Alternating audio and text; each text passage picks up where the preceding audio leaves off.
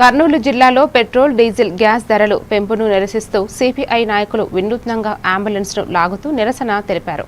లీటర్కు 3 రూపాయల చొప్పున పెంపు వల్ల ప్రజలపై భారం పెరిగిందని ఆవేదన వ్యక్తం చేస్తూ పెట్రోల్ బంకు వద్ద ఆందోళన నిర్వహించారు.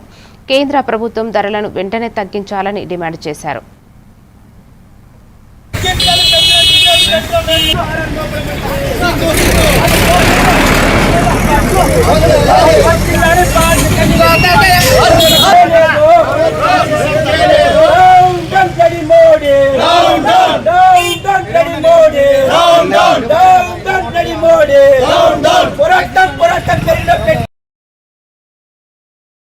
₹14 పెట్రోల్ పైన 3.24 అదే విధంగా సిఎన్జి గ్యాస్ పైన కేజీకి ₹2 పెంచడం చాలా దుర్మార్గం అని చెప్పి భారత కమ్యూనిస్టు పార్టీ ఇవాళ దేశవ్యాప్తంగా పెద్ద ఎత్తున నిరసన కార్యక్రమాన్ని పిలిపించడం జరిగింది.